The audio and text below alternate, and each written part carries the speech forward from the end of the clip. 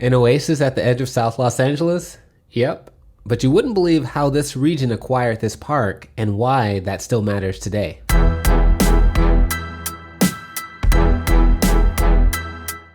Hey guys, welcome back to another episode of the South LA Recap, and today we're exploring Magic Johnson Park, a whopping 94 or 120 acre park, depending on who you ask, that's plopped right here in Willowbrook, which is an unincorporated neighborhood in South Los Angeles. The park was built somewhere around the very late 80s, but the LA County Board of Supervisors officially named it in honor of Earvin Magic Johnson in 1991. Now, if we're not including golf courses, this is one of the largest single recreational spaces in South Los Angeles and amongst the largest in the city.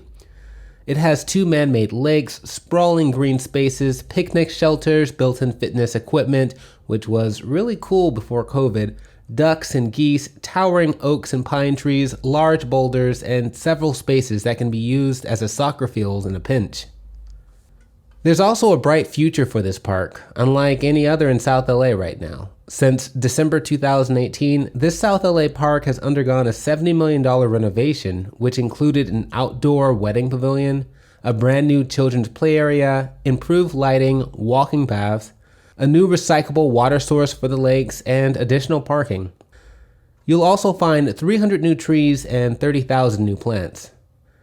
The majority of the renovations are complete, but right now, 3/4 of the original walking trail is still open to the public.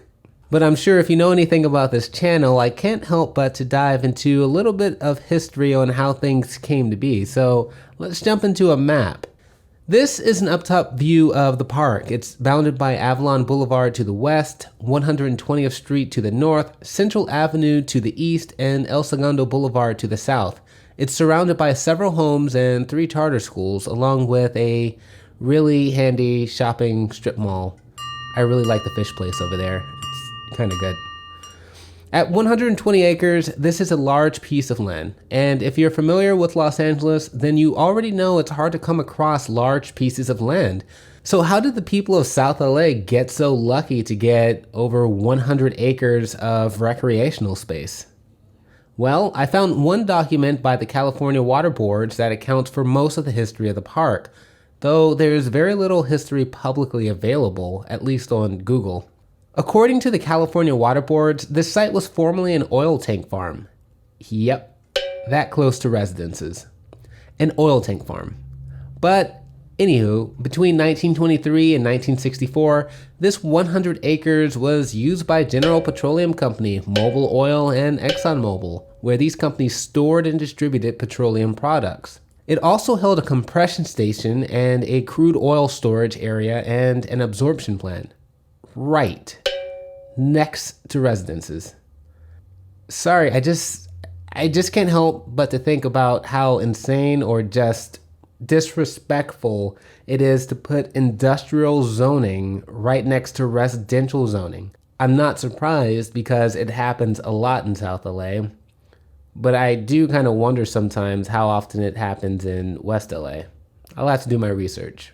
Anyway, where things get unclear is when the park changed hands from the petroleum companies to the state and county. The water board specifically mentioned that a portion of it was sold to a private developer in the 60s who built a housing development called Ujima Village. Yes, a 300-unit apartment complex for working class people built on top of an oil tank farm. I can't make this stuff up.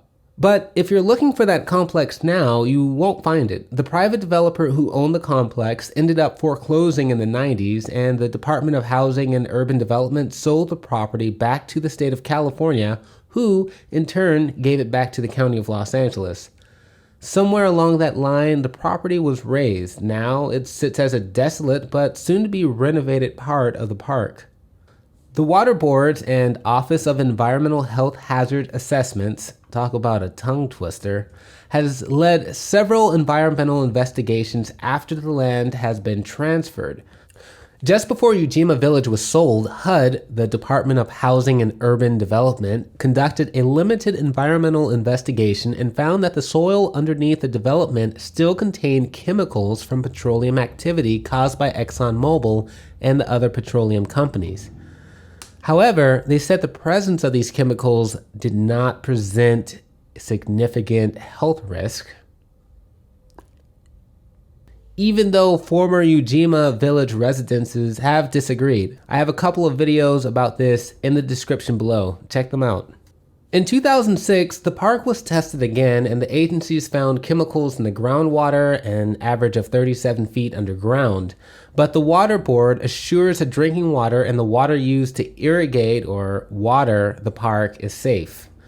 Yeah, so one of the best parks in South LA used to be a oil tank farm.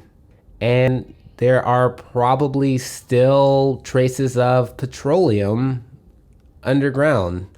And I think for most of us who only go to the park casually, these underground findings really have no effect on us. But I still think that it's very important to know the history of the park. It's a large piece of land.